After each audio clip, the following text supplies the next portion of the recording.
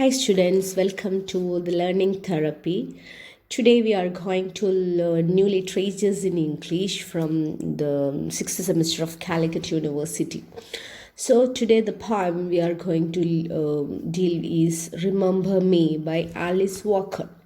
So you know about Alice Walker. She's an African American writer, and we know that she has contributed a lot to the race and gender discrimination, and she has a strong voice of the civil rights movement.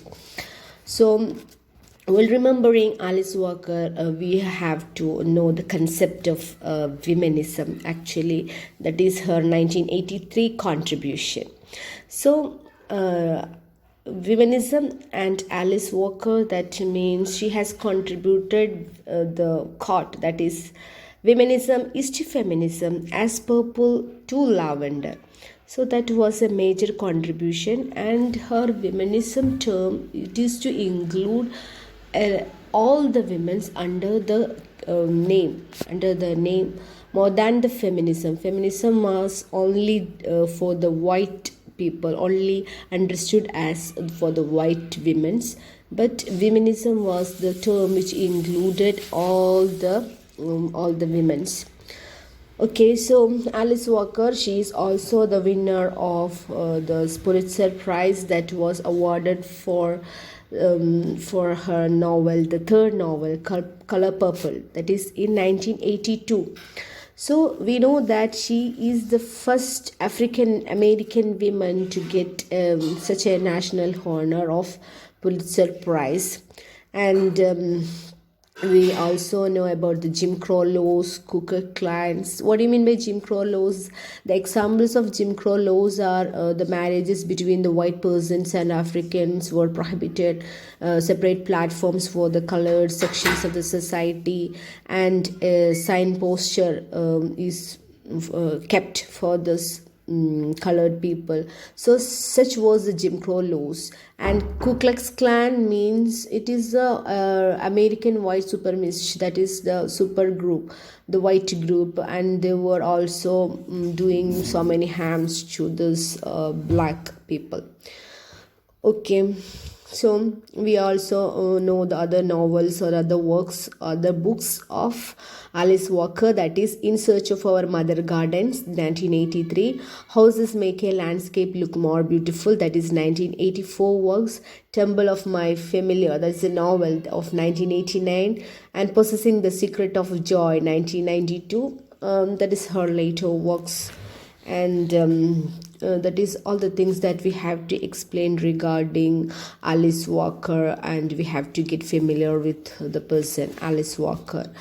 And about this poem, Remember Me, that we have an allusion of her childhood incident, that she has lost her vision in her right eye because it was an accident, a gunshot, that her brother did it. So that is why she accidentally lost her vision. So here we have an allusion in this poem regarding her loss of eyesight.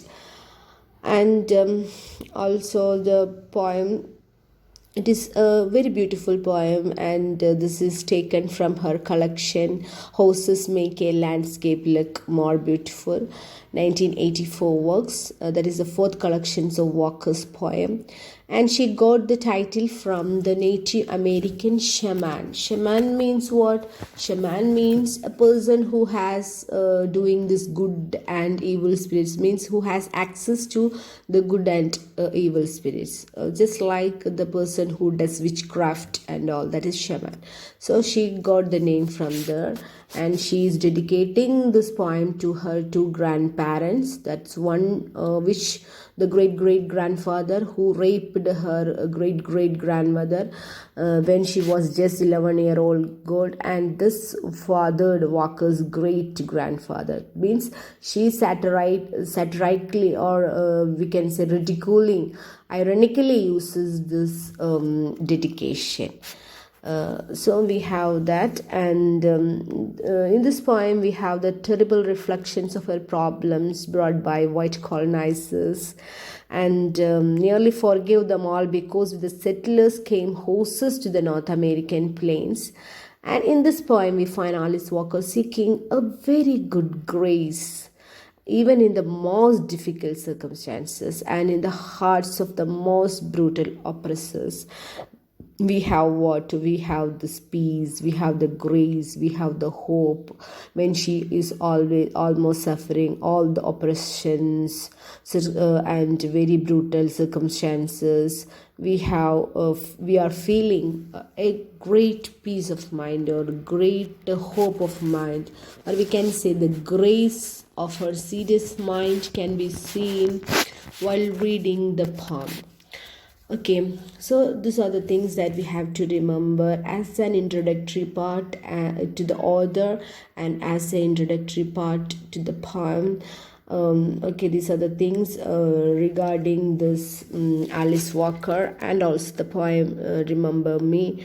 And we have discussed about all the things regarding her contributions to poetry, criticism, and also her very large emphatic term, that is womenism. And the questions can be asked from this criticism part, that is whether we can see this poem as a feministic work, or we can see it as what a womenistic work. So we can say that it is not actually feministic, but it is a womenistic work, we can say like that. Okay, coming to the poem Remember Me, just we can explain the poem in details. That is, remember me, I am the girl with the dark skin whose shoes are thin. I am the girl with the rotted teeth. I am the girl with the wounded eye and the melted ear. So here we can see that the poem starts with what? The questions, rhetorical questions, remember me. So what do you mean by rhetorical question? One that is asked without expectation of an answer.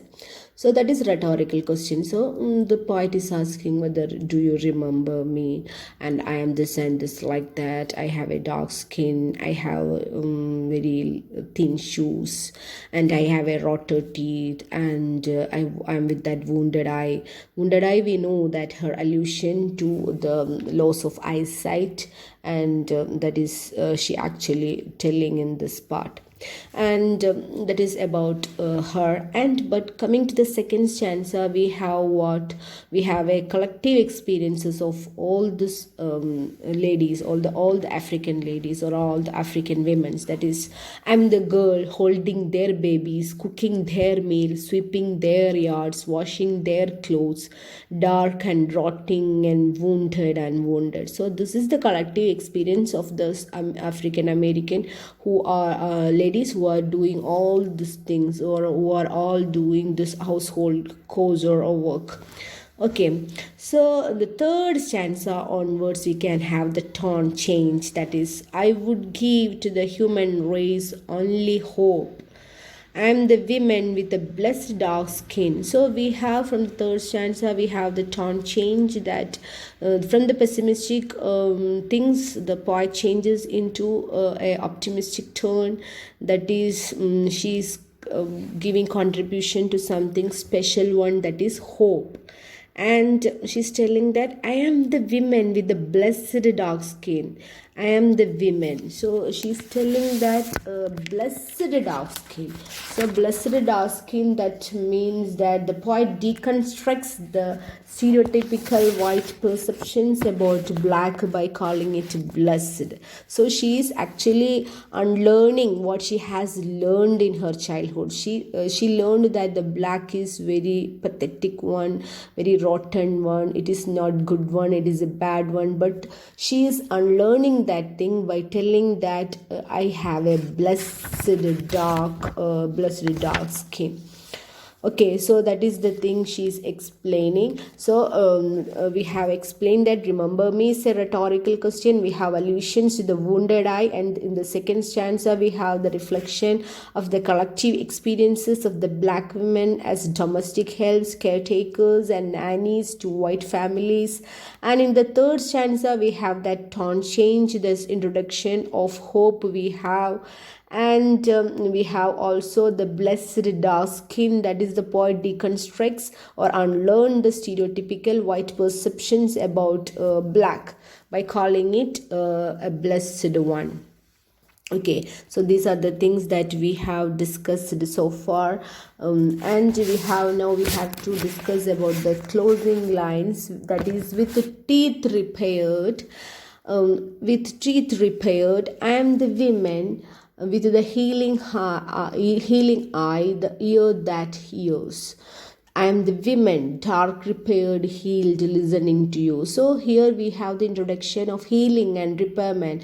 That means we can also all we can move into life when we have healed properly, when the wound is healed and we have repaired. We can have what the grace of hope, that is with the repairment or with the healing process, she has changed, and now she's considering the term I am the woman. I am the woman who is dark, repaired, healed, and someone who is listening to you.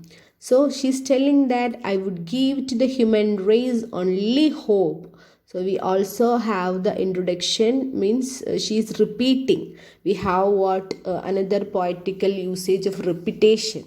So the poet uses repetition to emphasize the importance of that line or the importance of hope in this poem.